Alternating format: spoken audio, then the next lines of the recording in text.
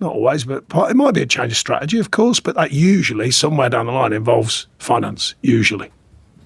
You mentioned budgets. We're getting towards the end of the transfer market. Do you expect a busy sort of final week? No, I think it's unlikely. We've worked very hard in the market. We brought in players who we think can develop into the Premier League. They're not all game ready, straight away, but we think they're good, but don't think. And if there is, then that's helpful. If there's not, then that's the way it is.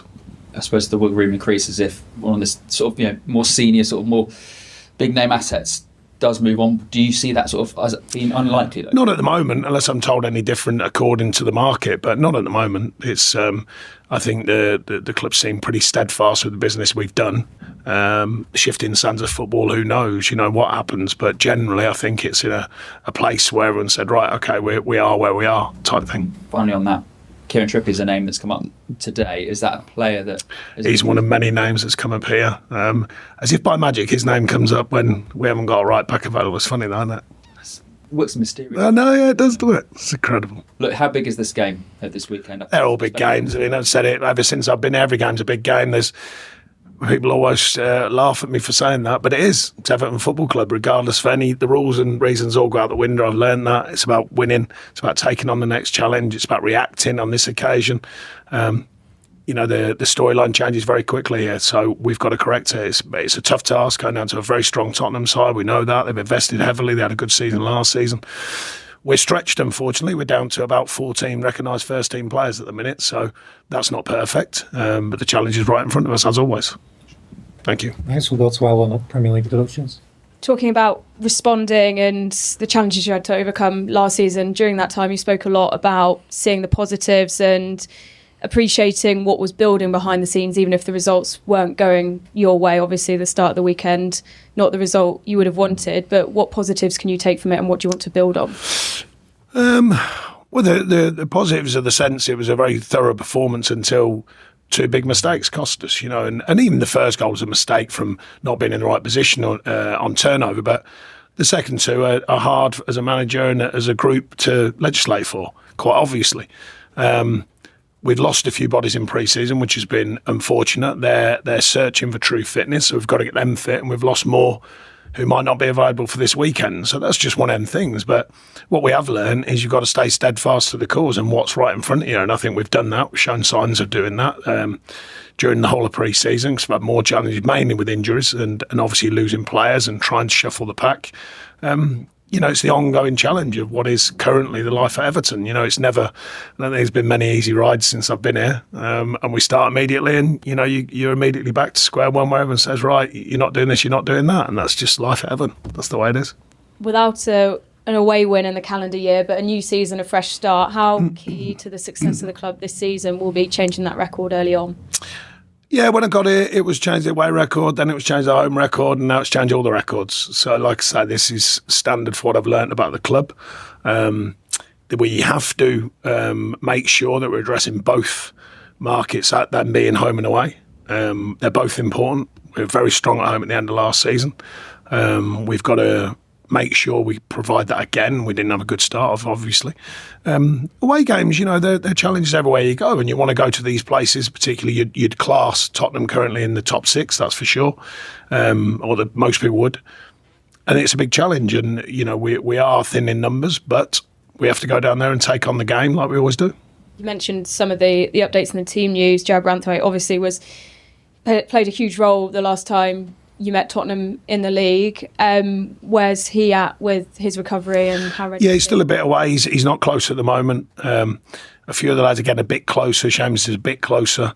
Jimmy Garner's a bit closer, just coming back in training with the group. Tarky's got a maybe situation, so we're going to have to look at that going into the next game. We obviously know the right-back situation with the suspension of Young as well.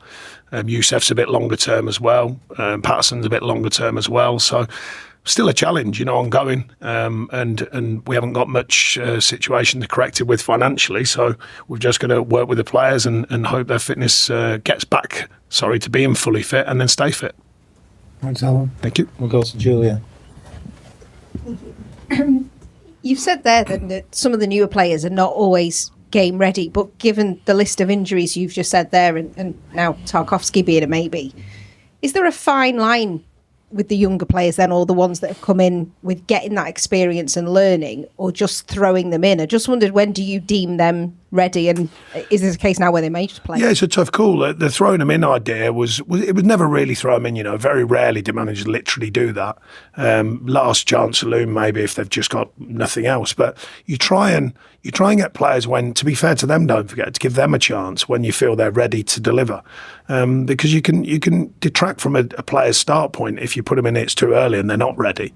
The game's more unforgiving now. It used to be 30 years ago you put young players and everyone accepted it. Now you put them in and they're well, why did you put him in if he's not ready? So that's the challenge, and it's finding that balance. And I think some get excuse me, you've heard me speak about 2 careers now. They often now have a career away from the main club, particularly Premier League clubs. They'll have a career away from that, come back to the Premier League club and then find their way.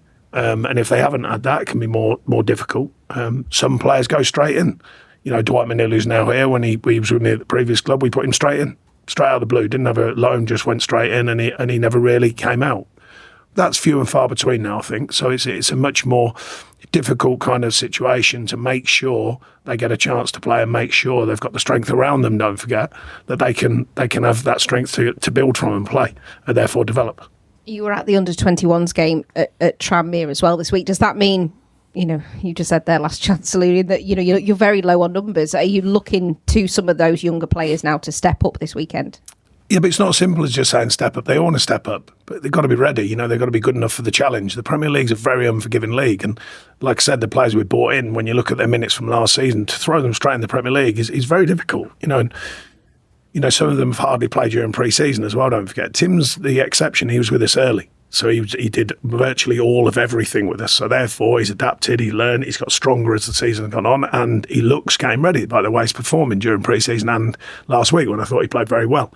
Still got the nuts and bolts to learn because he's a very young player still, particularly in the Premier League in the sense of experience. But he's shown very strong signs. So fast tracking is a risk and reward situation. But you want to fast track players ideally when they're going into a very strong unit.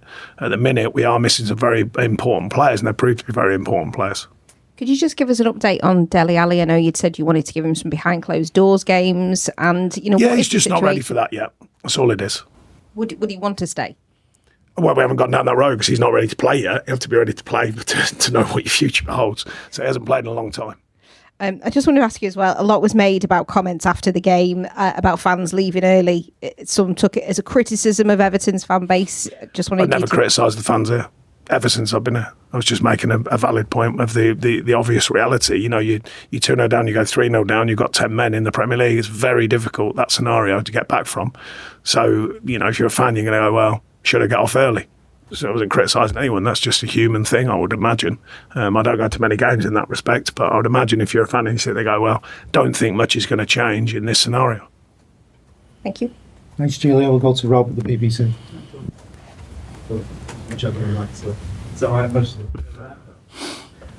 Sort of all positions in the team, whether it be through recruitment or finding solutions elsewhere, how much of a priority is fall back at the moment for you?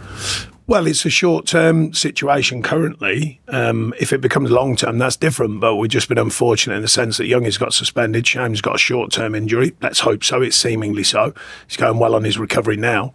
So you're not just going to make a knee-jerk decision because of what might be one game. We're not sure, but it could be just this weekend. Well, we haven't got the finances to do that. Obviously, it'd have to be something that we think can add to the group longer term, not just for one game.